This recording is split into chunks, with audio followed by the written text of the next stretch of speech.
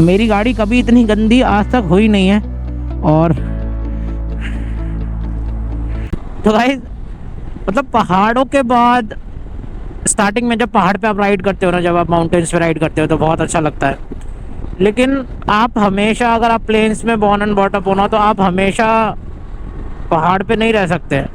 आपका मतलब ठीक है, वो 1 महीना 2 महीना आप रह सकते हो, उसके बाद आप खुद उब जाओगे। आप हमेशा पहाड़ों पे नहीं रह सकते। आपको प्लेन्स की आदत है, ठीक है। और स्टार्टिंग में तो पहाड़ पे राइड करना अच्छा लगता है, लेकिन कुछ टाइम के बाद जब बहुत ज़्यादा हो जाता है ना, तो आपका मतलब मेरा ओपिनियन ऐसा, फिर ना आदमी ना पकने लगता है कि यार ये ट्विस्टीज कब ख़त्म होंगे, प्लेन्स पे कब आएंगे। और जब ट्रिप शुरू होता है तो ऐसा लगता है यार ये पहाड़ और ये ट्विस्टीज कब आएंगे, कब अच्छे अच्छे नज़ारे हमें देखने को मिलेंगे। क्योंकि जब हम वापस आ रहे होते हैं ना पहाड़ पे से, जाने में तो बहुत ज़्यादा एड्रेनलिन हाई होता है और एक्साइटमेंट होती है। आते समय क्या होता है ना कि आदमी सोचता है कि यार जल्दी से पहुँचे घर, साला आराम करें, ख़त्म हो ट्रिप ये, घर पहुँच जल्दी से, कुछ ऐसा कुछ टेलीपोर्ट सिस्टम हो जाए कि वह आदमी अपने घर पहुँच जाए, तो वो वाला हिसाब किताब होता है। और हाँ, मैं बात कर रहा था कि मुंशियारी से, तो मुंशियारी से मैं निकला था सुबह 7 AM। और एक दो भाई भी वहाँ पे मिल गए थे हमारे, दिल्ली से ही थे। और मुंशियारी में क्या कर सकते हो आप, मुंशियारी में आप 2 टॉप है वहाँ पे, 2 ट्रैक है, वो ट्रैक कर सकते हो। एक खलिया टॉप है, एक और ट्रैक है, वो दोनों ट्रैक कर सकते हो। बट अगर आपको ट्रैकिंग नहीं करनी है तब भी आप सामने माउंटेन्स ऐसे ही विजिबल हो जाते हैं यार, सामने मतलब स्नो कैप्ड माउंटेन्स ऐसे ही सामने, जैसे ये बोर्ड है ना, ऐसे ही इतनी दूरी पे ही विजिबल हो जाते हैं और साफ क्लियर दिखते हैं। अगर क्लाउडी ना हो तो बिल्कुल साफ दिखते हैं, क्लाउडी भी होंगे तब भी दिखेंगे, ठीक है। तो ये ज़रूरी नहीं है कि अगर आप ट्रैक नहीं कर सकते आप माउंटेन्स नहीं दिखेंगे, बिल्कुल दिखेंगे।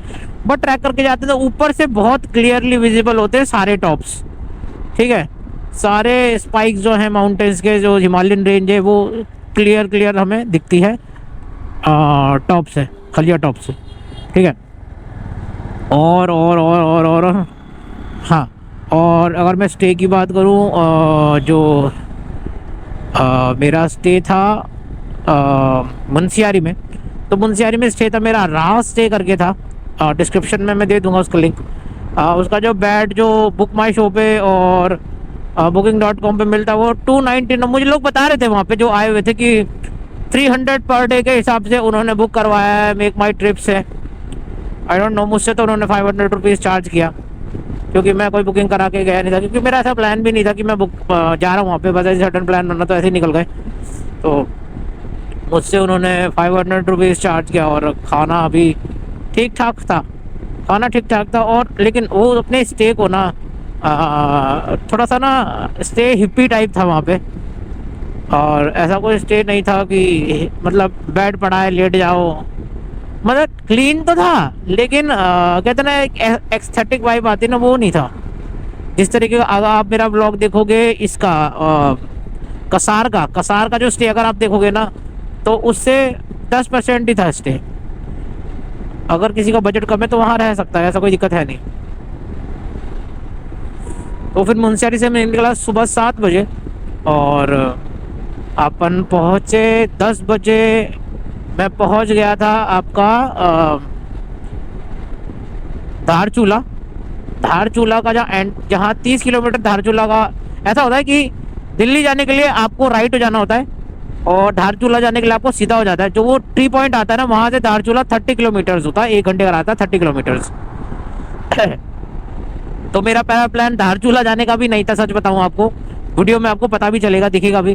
धारचूला जाने का प्लान था नहीं था, और मैंने राइट ले लिया था और कम से कम मैं 5 किलोमीटर आगे आ गया था। फिर मैंने वहाँ पे चाय पी, तो भैया ने बताया कि ये रहा नेपाल बॉर्डर, यहीं से दिख रहा है आपको, ये जो सामने वाला पहाड़ है ये भी नेपाल ही है। तो मैं चाय वाय पी के मैं चला गया। फिर रास्ते में मेरे को ना एक थॉट आया कि यार सचिन इतनी दूर आया है, इतनी दूर राइड करके आया है, सिर्फ 30 किलोमीटर है, 1 घंटे का रास्ता है सिर्फ। धारचूला अगर नहीं देखेगा तो ये सर्किट पूरा कंप्लीट नहीं माना जाएगा। तो वो क्लिक किया माइंड में, उसी टाइम क्लिक किया, गाड़ी मोड़ी सीधे धारचूला पहुंचा। धारचूला अपनी आंखों से देखा, बहुत सुंदर है धारचूला। धारचूला बहुत संकरा सा है थोड़ा एडजस्टेड कंजस्टेड है वो रोड। जब आप धारचूला पहुंचते हो बहुत नैरो हो जाता है। लेकिन जब आप नेपाल और इंडिया का धारचूला और धारचूला देखते हो तो लगता है कि यार ये तो अपने जैसा ही है, लेकिन बहुत प्यारा है, बहुत प्यारा। बीच में से नदी बह रही है, उस नदी को कहते हैं काली नदी, जो जिसको सेपरेशन और बॉर्डर माना जाता है इंडिया नेपाल का। और बीच में एक ब्रिज है, आप ब्रिज को क्रॉस करके इधर उधर भी जा सकते हो, आधार कार्ड वेरीफाई करा के आप इधर उधर जा सकते हो। और वो जो ब्रिज है वो 2 बजे बंद हो जाता है 2 घंटे के लिए, फिर वो खुलता है 4 बजे। तो फिर आप अगर आप 2 बजे तक आप फंस गए, आप नहीं वापस आए, तो आपको सीधे 4 बजे ही वापस एंट्री मिलेगी वापस इंडिया आने, भारत आने के लिए। और फिर वहाँ से अपन निकले 12 बजे हम वापस उसी टी पॉइंट पे वापस आ गए थे।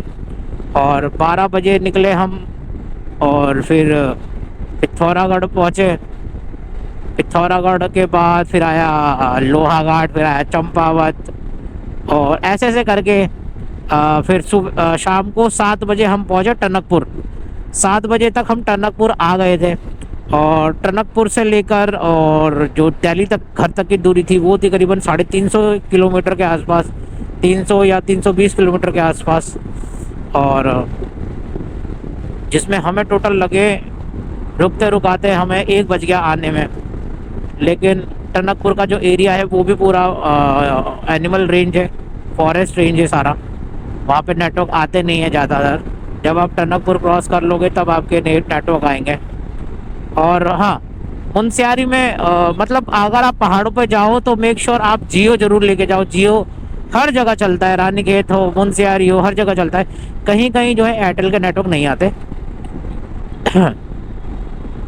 तो बस यार यही था आज का व्लॉग। और परफॉर्मेंस की बात करें तो चेरी भाई ने अपना बहुत अच्छा परफॉर्म किया। और जो इसने माइलेज मुझे दी वो दी 38 की माइलेज पहाड़ों पे।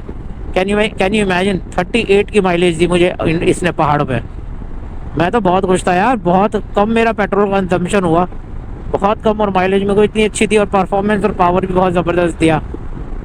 और असली ट्रैक्शन कंट्रोल और एबीएस होने का मतलब मुझे इस ट्रिप पे पता चला कि ट्रैक्शन कंट्रोल गाड़ी में होना कितना ज़्यादा ज़रूरी है, बहुत ज़रूरी है। अगर आपकी गाड़ी में ट्रैक्शन कंट्रोल है तो बहुत बढ़िया है, अगर नहीं है तो आपको अपने स्किल्स पे गाड़ी निकालनी होगी।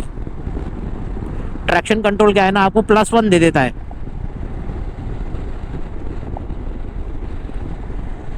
तो बस यही है। बाकी अपनी गाड़ी की हालत मैं आपको दिखाता हूँ अभी किस तरीके की मेरी गाड़ी की हालत हो गई है।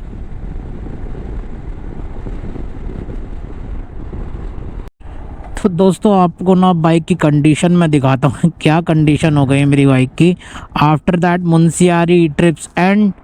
तो आपको दिखाऊं, देखो मेरी गाड़ी कभी इतनी गंदी आज तक हुई नहीं है। और ये देखो सामने से मडी मडी पूरी मडी मड में हो रखी है। और क्योंकि आज वॉशिंग भी बंद थी इसलिए पूरी गंदी हो रखी है, आगे से पीछे से सब जगह से गंदी हो रखी है। और मुझे आज ना चलाने में भी शर्म सी आ रही थी इसको, क्योंकि मैंने इतनी गंदी गाड़ी कभी चलाई नहीं है।